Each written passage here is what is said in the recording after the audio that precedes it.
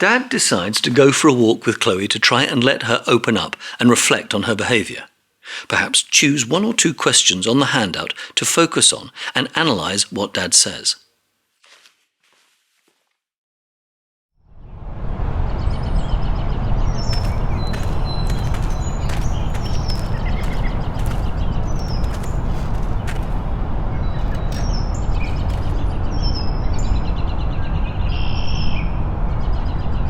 Such a beautiful place here. Do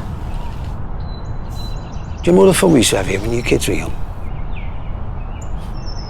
Hey, do you remember that winter with all that snow? We all went sledging. That was a day and a half, wasn't it, eh? Remember? You come off and hurt your arm really bad. Dad, I broke my arm. I know, but you were such a trooper, though. Your mum was in a worse state than you. There's a surprise. Oh, Chloe, she just worries about you. We all worry about you. We just wish this thing, whatever it was, would just leave you. Just leave you to get on with your life. You know, go to university, get a teaching job, get into a relationship. You have those 6 kids you've always dreamt about. Maybe that's not so possible anymore. Oh, do you know, it's really strange for me to hear you say that. I mean, it was only the other night you was really eager for me to help you fill in with your university forms. I mean, what's brought you down so much since then? Just stuff. Stuff. We should know more about this stuff. I think it's this stuff that we need to dissect.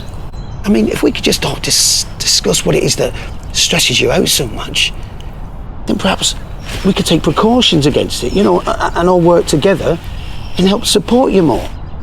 How do you feel about that? Yeah. I guess. I mean, take what happened an hour ago. I mean, now, correct me if I'm wrong, but what I saw and felt, you were really looking forward to this birthday bash. You know, you were wrapping up Grand's present. You was helping Mum out in the kitchen, singing some awful rendition of a song that was coming from your room. So what went wrong this morning? Oh, whenever you had this binge. Do I have to say? Yes, Chloe, you do have to say, because we care about you so much. We're just not going to let these incidents go by, otherwise we can't all move forward.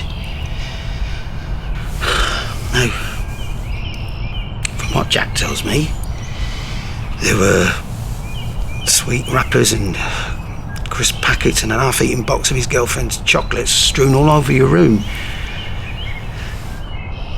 And then it seems, well, that you vomited. From what I saw, you weren't very happy with that. You were more tense than I'd seen you in the last couple of days. So it seems that you weren't happy with your own behaviour. Dad starts conversation about normal non-ED activities, reminding her of a more carefree time before moving on to reflecting on her bigger life plans for the future. When he faces resistance, he develops discrepancy between those values and her current behaviour and asks her to explain the sudden change. He is consistent in pressing her to continue to reflect on what might have been the trigger for today's binge and vomiting. He helps her out by reflecting on what he has seen and his thoughts on the process. Of course I wasn't happy, Dad. Do you really think I get off on upsetting everybody like this? Upsetting Gran on her 80th? I love my Gran. She might not be around for too many more of those birthdays. If you must know, I feel like a real shit. I feel awful. Okay. So now the $10,000 question. Do you have any ideas what might have triggered that binge? I mean, what were going through your head? I don't know. I came downstairs this morning, saw the buffet, saw all the food on the table, and I panicked. I thought, I'm not going to be able to go through with this today. I'm going to spoil everyone's day. How am I ever going to function in life if I can't even behave normally on an important day like today? How am I ever going to get through university, get past my school exams, have a social life, just have a life if I can't even function on my Gran's 80th birthday? An old woman who's been nothing but kindness to me. Okay. I think I understand where you're coming from now. Looks to me as if you were anxious anyway. And you come downstairs, and saw that food laid out on the table, and your anxiety started to build and build and build until you got yourself into a right paddy. Am I right about that? So, with hindsight, what could you have done to help yourself more?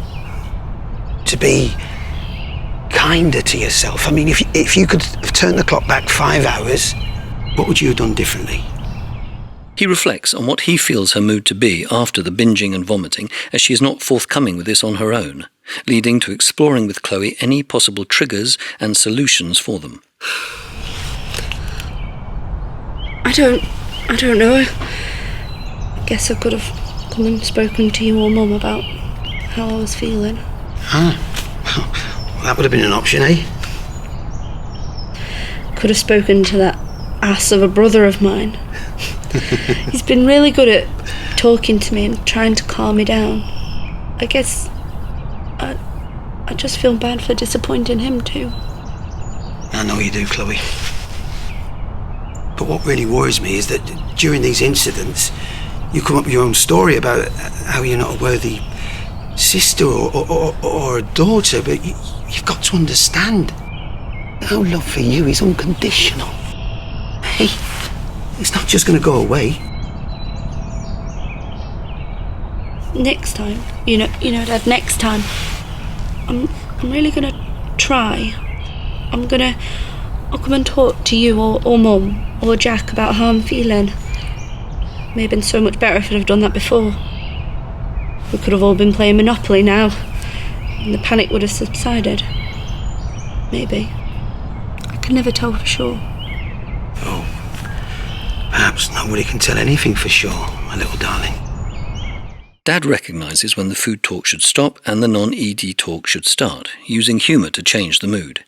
He affirms once again the family's offer of support and emphasises the trust he has in his daughter and her being responsible for her own health and future. Hey, it's only 3 o'clock. Your grand don't go to bed for another 6 hours. If I get a sweet sherry down her neck, she'll stay up an hour after that, eh? Come on, let's go and have some fun, eh? Uncle David and Jack be back from the supermarket, eh? And I told them to set the game up, didn't I? Dad, thanks for your support. Chloe, that's what we're all here for. To support each other through these challenging times. You know, I think you've got a plan there, Chloe. I trust you. You know where you're going to go. You know how you're going to get there. You know, at times I think all you need is a little more support to help you through these stressful or difficult situations. But it's tough for me and Mum, because we don't know how to gauge when these difficult situations are going to crop up. So we're relying on you to tell us. You've got to tie yourself to the mast, my friend. You might find the storm will end. So that's where my CD went. Didn't know you were a fan of the Verve. Hey. Thought you were jazz only. Hey, your dad's a cool old dude, babe. I'm into all types of music, me. Chloe, listen. Don't forget. Just let us know when you need that support, eh? We'll all be there for you. Now come on, let's go, eh? Reviewing progress afterwards is difficult as you won't want to revisit any arguments. However, it is important to reflect on what worked well and what didn't.